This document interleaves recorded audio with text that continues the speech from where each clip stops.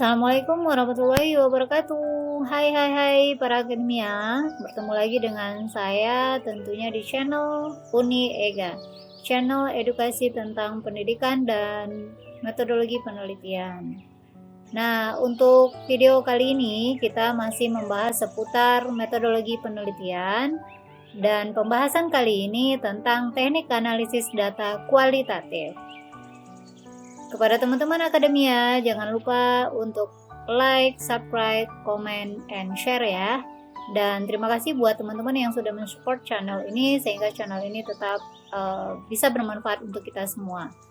Dan jangan lupa hidupkan notifikasinya supaya tidak tertinggal informasi apapun tentang dunia pendidikan dan metodologi penelitian.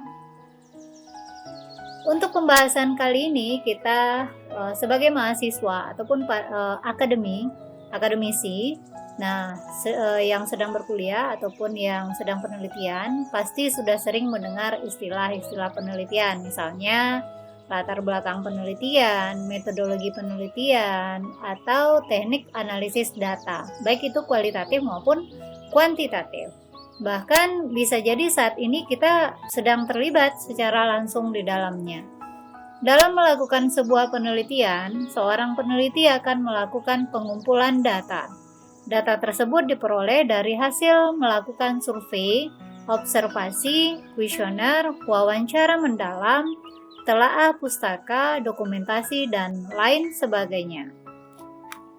Setelah mendapatkan data yang dibutuhkan, peneliti akan menyeleksi data untuk dianalisis. Nah, proses penyeleksian data penelitian itulah yang disebut dengan teknik analisis data. Teknik analisis data merupakan hal penting dalam suatu penelitian, sebab pemilihan teknik analisis data yang akan digunakan sangat tergantung dari topik penelitian yang sedang dilakukan. Nah, jenis-jenis teknik analisis data kualitatif yaitu yang pertama menurut Spradley yang adalah analisis domain. Nah, tahap pertama dalam menganalisis data kualitatif itu berdasarkan teori Spradley adalah analisis domain. Nah, hal ini berarti peneliti harus mendapatkan gambaran umum dari objek yang diteliti atau dari sebuah isu sosial yang diangkat menjadi tema penelitian. Gambaran umum bisa didapatkan dari banyaknya data yang diperoleh selama proses pengumpulan data. Nah, setiap data nantinya akan memiliki pos-pos atau domain-domain masing-masing yang akan menjadi panduan dalam melakukan penelitian lanjutan. Yang kedua, analisis taksonomi. Menurut KBBI, taksonomi berarti klasifikasi bidang ilmu, kaidah, dan prinsip yang meliputi pengklasifikasian objek. Sehingga dapat dikatakan dalam tahapan kedua ini peneliti perlu melakukan penganalisian pengelompokan data yang telah diperoleh. Pada tahap analisis taksonomi, semua domain dari data yang sudah didapatkan harus ditelaah dan diteliti kembali. Tujuannya apa? Tujuannya untuk mengetahui unsur apa saja yang membangun domain-domain data penelitian tersebut. Yang ketiga adalah analisis komponensial. Setelah selesai melaksanakan taksonomi atau menganalisis taksonomi, maka tahapan berikutnya adalah analisis komponensial. Tahapan ini bertujuan untuk mengetahui ciri spesifik dari semua unsur yang menyusun domain data penelitian. Yang keempat adalah analisis tema kultural. Tahapan akhir di dalam analisis data kualitatif menurut Spradley adalah analisis tema kultural. Pada tahap ini, peneliti akan menarik hubungan antar domain data yang sudah diketahui ciri spesifiknya. Hubungan antar domain data itulah yang kemudian menjadi kesimpulan atas sebuah atau semua data penelitian yang telah diperoleh. Nah, teori lainnya atau yang lazim biasanya digunakan, yang pertama itu analisis konten. Nah, analisis konten dalam metode ini, seorang peneliti harus memahami keseluruhan tema pada data kualitatif yang ia miliki. Artinya, peneliti harus melakukan pembahasan mendalam terhadap isi dari materi informasi tertulis atau terdokumentasi, baik itu di media massa maupun dari buku-buku yang menjadi referensi penelitian. Yang kedua adalah analisis naratif. Nah, analisis naratif ini dalam teknik ini peneliti mesti mencari cara agar suatu ide atau cerita dapat dikomunikasikan dengan jelas kepada pihak-pihak yang berwenang. Metode penelitian ini biasanya digunakan dalam menyusun tingkat kepuasan atau penilaian pelanggan, proses operasional, perasaan karyawan terhadap perusahaan atau sebagainya. Yang ketiga adalah analisis wacana. Analisis wacana, metode teknik ini biasa digunakan untuk menganalisis interaksi orang. Dengan kata lain, teknik analisis wacana pada penelitian kualitatif bertujuan untuk menganalisis wacana-wacana atau komunikasi antar orang dalam konteks tertentu.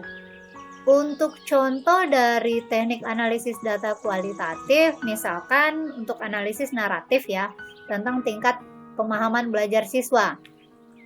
Seorang guru menggunakan data nilai ujian dari siswa di kelas 10 pada saat mengikuti ujian kenaikan kelas.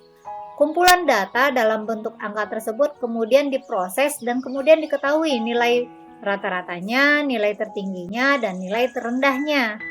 Nah, melalui informasi tersebut, maka guru mengetahui berapa siswa yang sukses mengikuti kegiatan pembelajaran. Semakin bagus nilai ujian, maka dapat disimpulkan bahwa bagus pula tingkat pemahaman dari siswa tersebut akan satu mata pelajaran. Nah, informasi dari data nilai tersebut bisa membantu para guru untuk memperbaiki kualitas pengajaran agar mudah dipahami oleh siswa. Teknik analisis data digunakan dalam analisis kualitatif itu memiliki 4 tahap, yaitu pengumpulan data, reduksi data, penyajian data, dan langkah terakhir adalah penarikan kesimpulan dan verifikasi. Nah, yang pertama yaitu reduksi data.